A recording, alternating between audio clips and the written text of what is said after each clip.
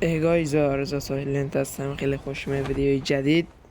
بچه ها امروز اومدین با ترجمه ایونت ها برای گرفتن سریفتر رایگان، کوپنات، باکسا و غیره.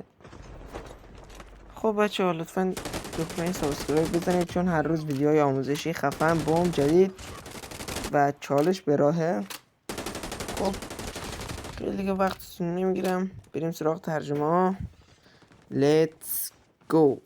خب بچه ها گفته یه بار مچ مولتی برین، بعد 5000 متر بدوید تو بتل، بعد 3 الی 5 بار وین کنید، بعد 4 بار با رایفل تیر بزنید. یعنی چی تیر بزنید؟ انمی بکشید. یعنی چی یزید تیر بزنید؟ اصلا بچه ها نگاه کنید گیم پلی به. اینجا یک راش داد، بیاد دویجان یک تو پولتر زدم بهش، این بات مزاحم و انمی. بعد یه روز لاگین بکنید، بعد 3 روز لاگین بکنید، بعد 3 بار بتل بازی کنید، 600 متر سر بخورید یا اسلاید بزنید. خب این هم ترجمه هفته دومش بود.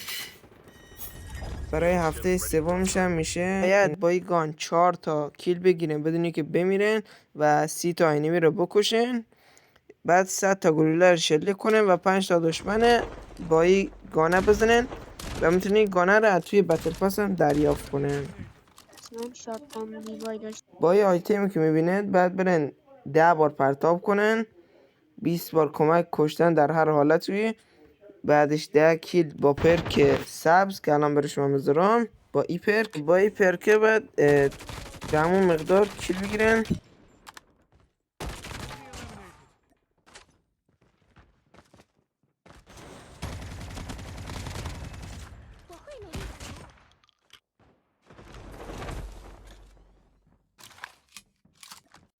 ماشینه رو باید برن دریافت کنن با این توکنا، بعد برن با پرک قرمز که الان شما رو صفحه میارم کیل بگیرن و بعد با این ماشینه رو بعد بردارن و 9 بار توی مولتی ازش استفاده کنن تا این چیزش پر بشه.